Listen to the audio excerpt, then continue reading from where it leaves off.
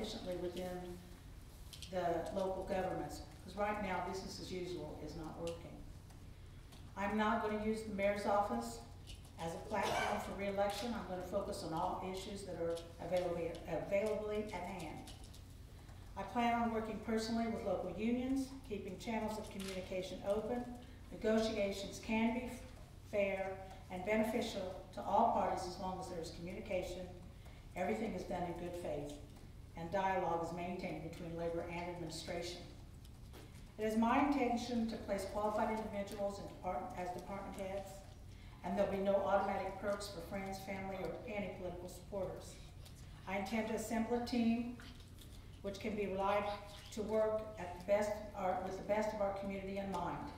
I want a team that I can trust. Being personally involved with promoting good jobs for Richmond workers is really important to me. I also have heard a lot about there not being enough skilled laborers within the city. So maybe our training facilities aren't what they should be. Maybe we should look at a different way to train our workers. We need workers that are skilled, plus know what it is to be able to perform with soft skills. We have a great deal of cost cutting in municipality that's been done within the county and the city, but what has any of the administrations done to try to find new revenue? I have some good ideas in order to do that. I would like to work for the city as mayor and do the best job I possibly can. So what I'm doing is I am asking for your vote on the Democrat ticket for me as mayor. Thank you.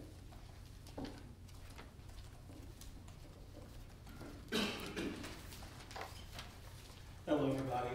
My name is Larry Scott, and a little bit about me. I'm originally from South Bend, Indiana, where I grew up, went to school. I went to college at Ball State University, just a little bit up the road there in Muncie, Indiana. My work there was I have a degree in a master's degree in political science, undergraduate degree in counseling psychology. I spent the last 14 years, really 15 years, this entire decade, working with people who have disabilities in one capacity or another, whether it was for the citizens of Indiana, deciding disability claims if you apply for Social Security disability, or in my recent capacities working with college students who come to school who present and have a disability. My job is to advocate for them and make sure that they have a level playing field and access to facilities. When it comes to being mayor, nobody in this particular race has experience being mayor because none of us have been before. So what do I bring to the table? I bring the compassion that is needed for citizens here to grow and be nurtured in here in Richmond. Now, we could look at a mayor as being a CEO of the city. I prefer to look at a mayor as being more of a pastor of a city, a person who's compassionate and helping people to get to where they need to be. I believe strongly in education. I believe strongly in curbing crime by helping people become clean and drug-free. I believe in all types of training because every candidate is going to tell you that we want to make sure that we have jobs here in our community. I'm going to tell you not only do I want that, but I want to make sure that our citizens are well prepared, well trained to be the first ones in line to get these particular jobs. That's important to me. I also want to mention that I have 2 boys, so they're looking up to me, and I want to make sure that I'm able to look at them and be proud and be a shining mark for them as well. So again, I would appreciate your support come May 5th, and I'll pass it on to Mr. Snow here, and thank you. I'll be back. Thank you, Larry. Well, thank you all so much for coming tonight. It is so great to see so many people show up to this and be a part of this process. And the part that I love the most is seeing so many faces from my community. I mean, I know so many of you on a first-name basis, and that's my favorite part of this whole process is getting to talk to all of you. Many of you know me as a local broadcaster. I've spent about 20 years in local broadcasting, and through that work, that led me to a lot of community events, coat drives and food drives and Salvation Army events and things like that. And Through that work, I was always connected to the community. And I always got to listen to all of you. That's the part that I love the most. And through all of that listening is how I developed the work I've been doing the last 10 years. Working with the American Legion on the Richmond City Fireworks, working on the Fireworks 5K as the race director, creating City Fit, creating City Life. All of these things came out of a need that I heard. And when I hear a need in the community, I always enjoy acting on it and trying to do something about it instead of taking a passive role. And that's what excites me most about all of this, is getting to listen to all of you. And I've listened over the years to what people have said we need out of our next very effective mayor. What do we need? I have heard that we need someone that has a very strong work ethic. That is something I know I have. Someone that's going to work hard until we get the job done. We need someone who has managerial skills, someone who's overseen a department and a team. Someone with, and within managerial skills, someone that has a strong IT background and can understand information technologies and be prepared for the digital platforms that are coming at us so we can make sure we have a digitally connected city. Someone that has marketing experience so we can market this city outside of our walls here and attract tourism and attract business. And someone that is a part of the already moving momentum to change Richmond. And that's something I've been a part of as well. I've been a part of the Stellar Designation team, and I can't wait to tell you about all of that tonight. So these are my strengths, and these are why I'm here. I have a deep compassion for people. I love listening to people, and I'm very excited to listen to all of you. Take on the office of mayor and work with all of you as a team to move our city forward. And I'm very excited to just share all that with you tonight through the questions that we'll go over and the questions that you'll have. So again, thank you all for being here on this beautiful Wednesday.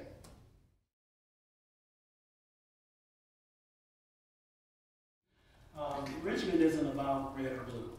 We're about who is the best person for the job, who will lead our city and guide us into the new age, new technologies that we need to embrace.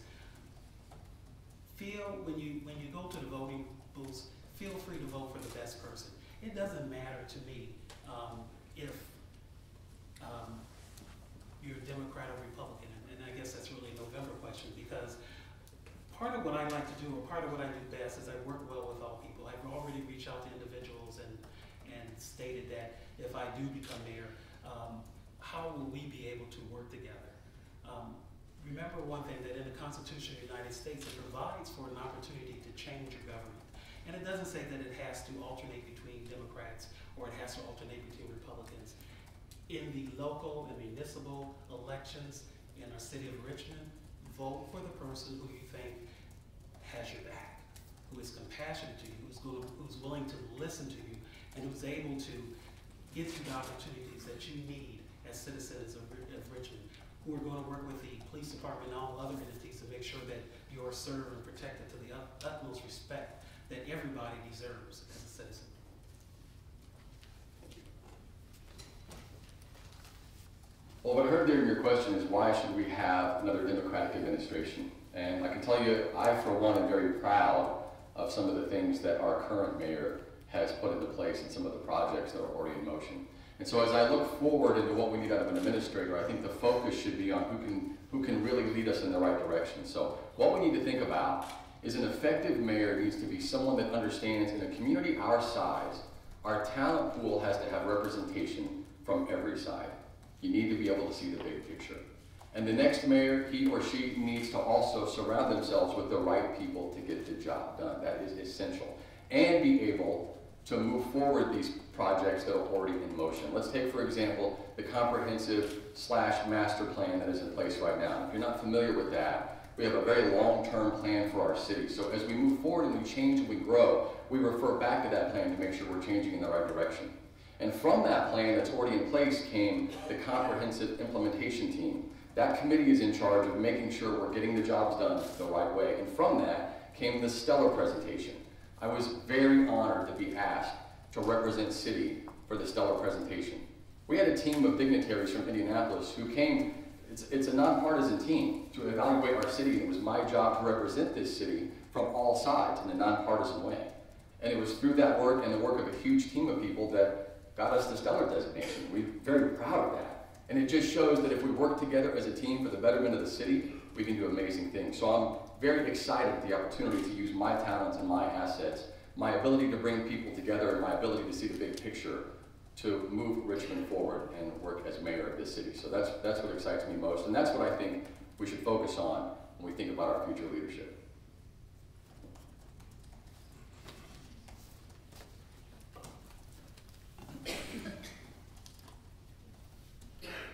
Sometimes I think people get too stuck on labels. I think that you really need to look for the person that you think is most qualified for the job. I, as mayor, want to have an open door policy with all of my employees, the citizens. I plan on being in open communication with all of them. That could be done by a Democrat or a Republican. I'm not standing here before you to say vote for me because I'm a Democrat. I'm standing here saying that I would really like a chance. I've got so many ideas that I think that can move the city forward. Yes, the stellar designation and all those things are good things, but now it's time to pull our sleeves up, get to work, and get busy. I want to be personally involved in the job search. I think that we also need to maybe look at the way that the training is being done for the workforce. They keep saying there's jobs out there, but there's no qualified workers. I hear that there's nobody with the soft skills needed. Well, if this is the case, with all the colleges that we have here in the town, there must be something lacking. Why these qualified workers are not being produced. We also need to try to find jobs that have a livable wage. People have to make a livable wage in order to earn enough money to have disposable income to be able to spend. Spending is what makes the economy grow. I don't think you ought to label us Democrat and Republican. I think you need to look beyond the labels, whether it be Democrat or Republican, and really put the one in place that is most qualified for the job. And I think that I bring a lot to the table. Thank you.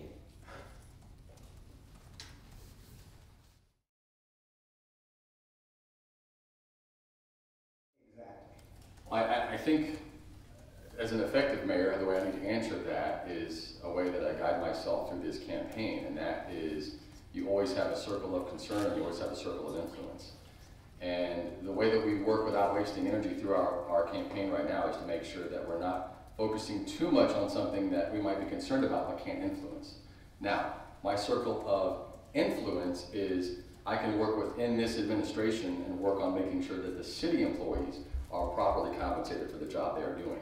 And as a city mayor, I can make sure that we're pulling in the right kind of jobs that offer good wages. However, am I concerned about the other manufacturing and commercial properties that may already be here that are not paying a great wage? Maybe I can't influence that as much, so let's be honest about that. But I can make sure that the city employees here that are helping build the city as a team and the jobs that we attract are always going in the right direction to make sure that all of the workers in this community are well compensated and have a good living wage.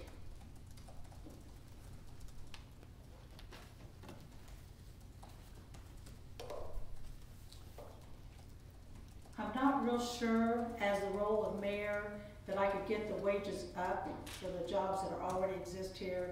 I couldn't very well go to employees and say, hey, you need to pay your workers more money. But I do think that we need to find a way to compensate our employees. It's been 7 or 8 years since any of the city employees have had a raise. This really isn't right.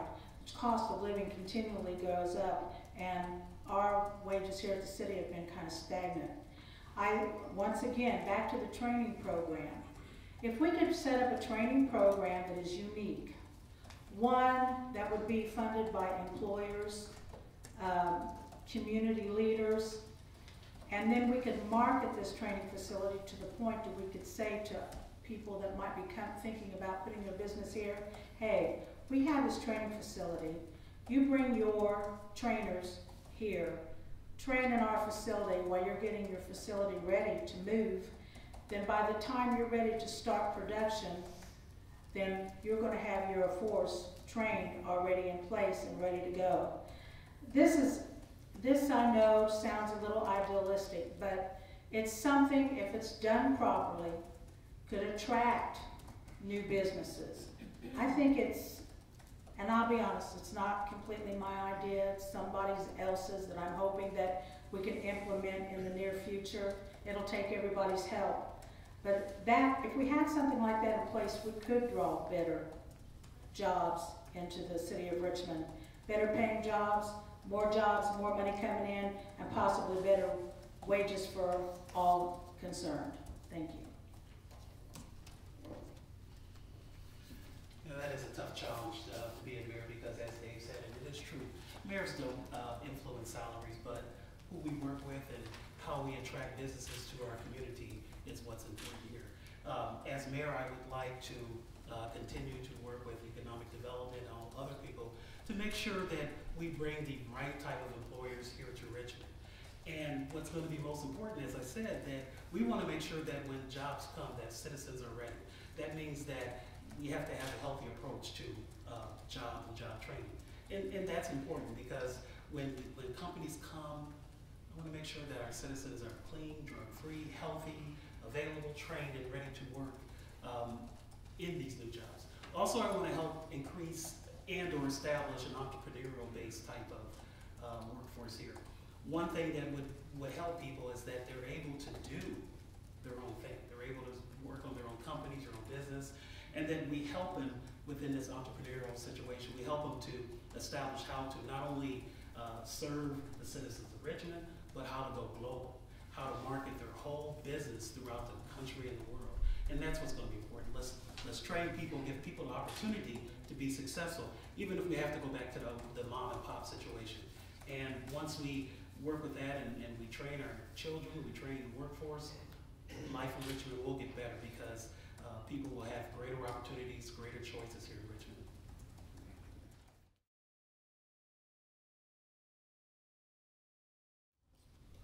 Yes, I absolutely do think that needs to be upgraded. Look at what's going on around us within the country.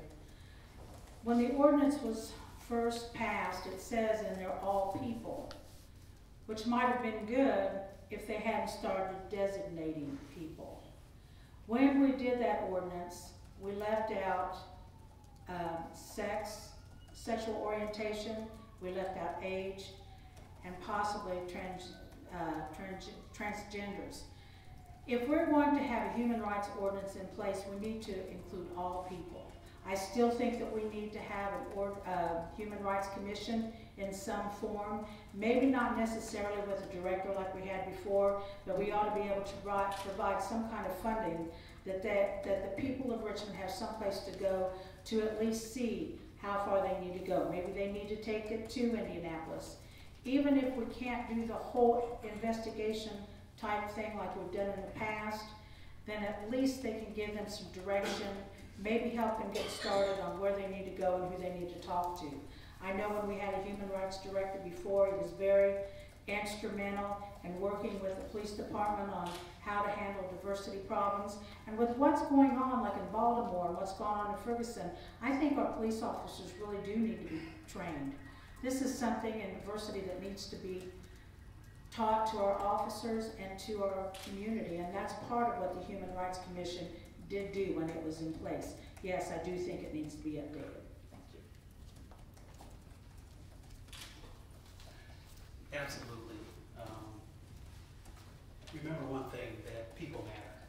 And as the state of Indiana, to a certain part of the country, take this march backwards in history, we need to make sure that our citizens are protected through the Human Rights Agency. It needs to have some bite to it too.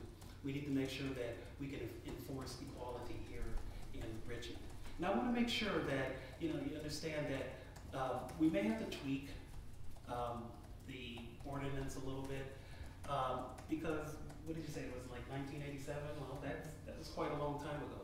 A lot of things have changed in that amount of time. What's important is that we protect all citizens for every reason. I don't care if it's your sexual preference, I don't care if it's your race, I don't care if it's your age, you need to be protected. You need to feel that if you were discriminated against, that you can go to the city and you will have an advocate there for you that will help to make you whole, because that's what it's all about. I investigated for our local, I was an investigator for our local civil rights, human rights agency when I was in South Bend, and so I've seen the types of claims that would be possibly coming through here. This isn't going to be about beating businesses over the head. This is going to be about making equity work, making sure that people are, how should you say, tolerant of one another, making sure that when people come to Richmond, that they will be protected, that they will be happy, that they will be safe, and making sure that they can work without fear of being discriminated against. Make sure if two gentlemen want to go to a housing unit and they're holding hands and they want to get a place together, let's make sure that they're able to do that here in Richmond.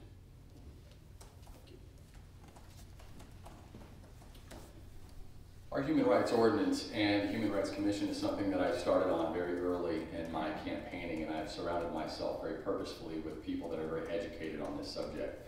And so it's something that I've been talking about since the very beginning of my campaigning and the speeches that I've been making. And those key things that I've been talking about now for several months are, first of all, having proper ordinance and having a Human Rights Commission is essential to a community for several reasons. First of all, it sends a message to that community, and it sends a message to the world that we are a city who cares about all of our people. And it gives our citizens an opportunity to air their grievances and to have advocacy, and that is so important, and we need that on a local level. So in first response to Mr. Fulton's question, absolutely, our ordinance should be updated to include sexual orientation and age to make sure that everybody in our city is protected. And also, I'm very concerned about rebuilding the Human Rights Commission in a different way under a different style of leadership. I've had many discussions about this with people who were even part of the former Human Rights Commission. I don't necessarily agree with the way it was managed before, because I think litigation may have come a little too high on the list of priorities for the former commission.